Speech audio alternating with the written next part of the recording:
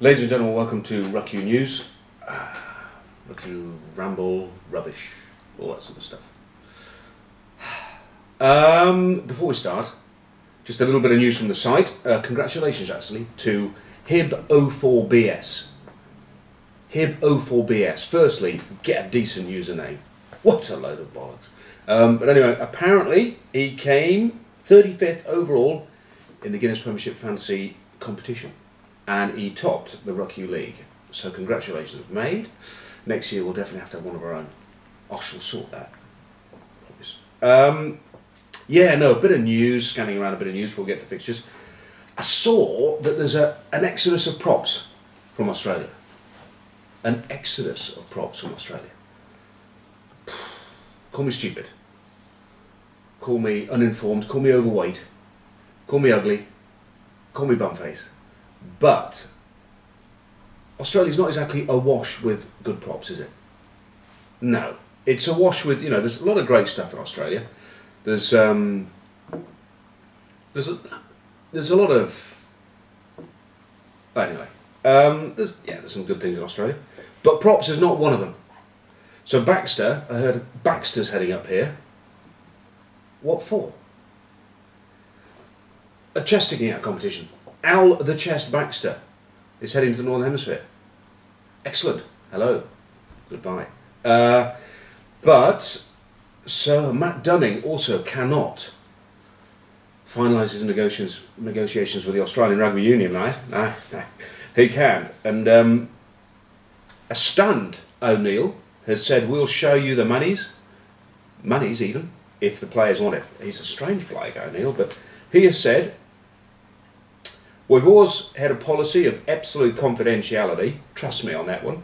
He didn't say that actually, but I do trust him.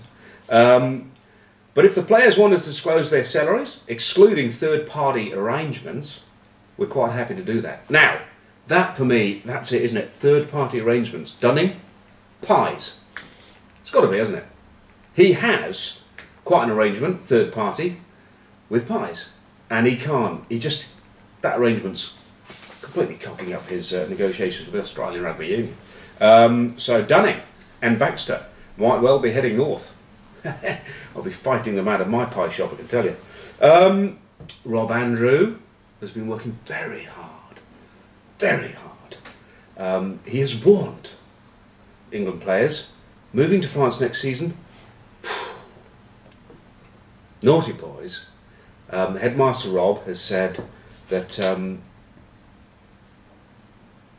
we've made it clear we cannot stop people going, but we can try to protect the integrity of the England programme. Very good that, because no one knows what the fuck that means. So, yeah. And he then says, we're saying that we will not pick them in the England squad.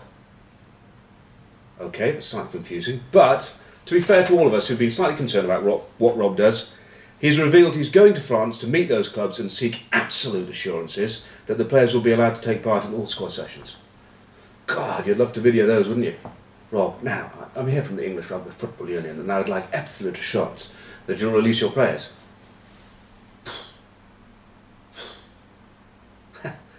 That's fine, thank you very much. Should we? Thank you very much. Tea?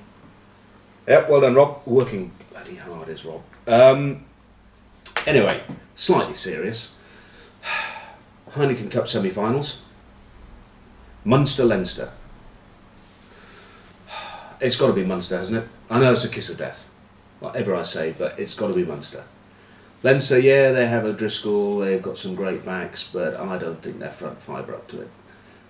Not enough backbone, bit of dog. I think the Munster boys will have that one relatively easily. And Cardiff-Leicester, Richard Cockerell has said he's relatively confident, which surprises me, although he might just be talking shit. Cardiff for me. I think they're going well. I thought they would lose to Gloucester because I have my finger on the pulse in the EDF and they stuffed them. I think they're on a bit of a roll. So yeah, I would go for Cardiff on that one. Lee Halfpenny, I was reading a little bit of an interview with him. He he's dreaming. He says he's dreaming. He's 4 tries and 6 Wales caps. And the quote is, "It's been a highlight after highlight, and I don't want this dream to end. Just the other night I dreamed Catherine Zeta-Jones met me in a bar. She was stroking my chest with her fingers, and she bought me a pint and slowly got down on her knees." No, he didn't say that actually. But he's having a dream. He's having a dreams, Lee. Excuse me a second, there's someone behind the camera. Yeah, so Cardiff and Munster in the final. Also, a lot of chat about Dean Ryan, and little a blog in a Bath rugby site, so not a lot of sympathy there, saying that they have no sympathy at all for it. Does anyone? Not a lot of Gloucester boys do. But there is a quote here, a quote. "His recent public statements have blamed players, supporters and mysterious forces behind the scenes that we don't know about. Writes one Gloucester fan. I don't mean to be rude and point out mysterious forces behind the scenes that we don't know about. I think there's probably quite a lot you don't know about. There's quite a lot of words you can't spell, and there's quite a lot you don't know about, because you are a Gloucester fan. So, don't get too confused there, but there's a lot going on in the world that you don't understand. Electricity being one of them. I love people from Gloucester. I was just the other day with someone who had been with the legend that is Mike Teague, and I know I've told the stories about Predator and Ain't Got Time to Bleed, and then there's this Hacker one. When are we going to ram that hacker up their asses? And there's the classic, I have told this one, but all the people on there who, new people who believed that I was a great captain, which I was. There was the half-time, we played the French in the quarter-final of the World Cup, and it was a bit close, it was quite violent. I was quite near the back, still beautifully clean. Anyway, we got to half-time, and I was chatting away and no one was paying any attention. Usual scene. So I sort of said, you know, guys, whoever scores next will win. And even a few of the forwards sort of looked at me and said, "What do you say?" I said, "Well, whoever scores next will win." You know what the French are like, they score, they'll get their confidence up and they'll rip us to pieces. But if we score, I said, they'll be finished. You know what they're like, they'll start crying, bitching, you know, squabbling, scratching each other, being French. So I said, "We've got to score next," you know, and all that. And all the players, even some of the forwards, all nodded, and I thought, "Shit, you are good, Will. You're good." So we ran off, part of the plan's going nuts, and 5 minutes into the second half, Jean-Baptiste Lafont scores in the corner. Good. I'm under the post, and the place is going nuts, to be fair. And I'm just about to speak, players are very close, just about to speak, when one certain Mr. Mike Teague whispers in my ear, "Another fucking pearl of wisdom, I hope, skipper."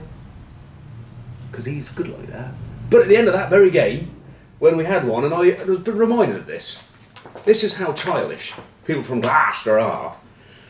Scored a try right at the end, sort of basically the end of the game. Webby is Jonathan Webb coming up to kick the goal. Teague, like a little boy, picks the ball up from the try and skips back and gives him the ball. The great line of, "Finish them off, Webby. Finish those fucking frogs off. Me, I'm going to light a cigar." In the middle of the Parc de France. What sort of child behaves like that in international rugby? See you next week.